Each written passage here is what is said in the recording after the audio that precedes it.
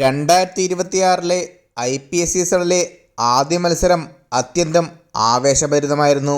Sunrisers ഹൈദരാബാദും royal Challengers ബാംഗ്ലൂരും ഏറ്റുമുട്ടിയ പോരാട്ടത്തിൽ royal Challengers Bangalore Sunrisers ഹൈദരാബാദിനെ 6 വിക്കറ്റിന് പരാജയപ്പെടുത്തി. ടോസ് നേടിയ RCB ബോളിംഗ് തിരഞ്ഞെടുക്കുകയായിരുന്നു. ടോസ് നഷ്ടമായി ബാറ്റിങ്ങിനിറങ്ങിയ സൺറൈസേഴ്സ് ഹൈദരാബാദ് നിശ്ചിത 20 ഓവറിൽ 9 വിക്കറ്റ് നഷ്ടത്തിൽ 201 റൺസാണ് സ്കോർ ചെയ്തത്.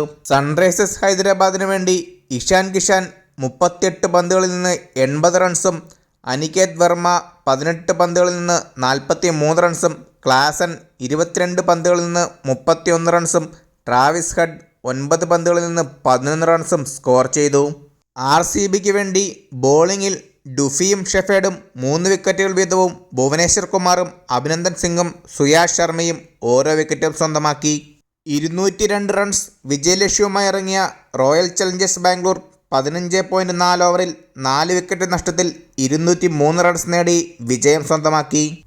RCBക്ക് വേണ്ടി വിരാട് കോഹ്ലി 38 പന്തുകളിൽ 69 റൺസും ദേവദത്ത് പടിക്കൽ 26 പന്തുകളിൽ 61 റൺസും രജത് പട്ടിദാർ 12 പന്തുകളിൽ നിന്ന് 31 റൺസും ടിം ഡേവിഡ് 10 പന്തുകളിൽ നിന്ന് 16 റൺസും സ്കോർ ചെയ്തു. സൺറൈസേഴ്സ് ഹൈദരാബാദിന് വേണ്ടി ബോളിങ്ങിൽ ഡേവിഡ് പെയിൻ 2 വിക്കറ്റ് വീതവും ഉനദ്കട്ടും ഹർഷ് ദുബെയും ഓരോ വിക്കറ്റും സ്വന്തമാക്കി. 4 ഓവറിൽ 22 റൺസ് വഴങ്ങി 3 വിക്കറ്റ് സ്വന്തമാക്കിയ RCB താരം ജേക്കബ് ഡുഫിയാണ് പ്ലെയർ ഓഫ് ദ മാച്ച്.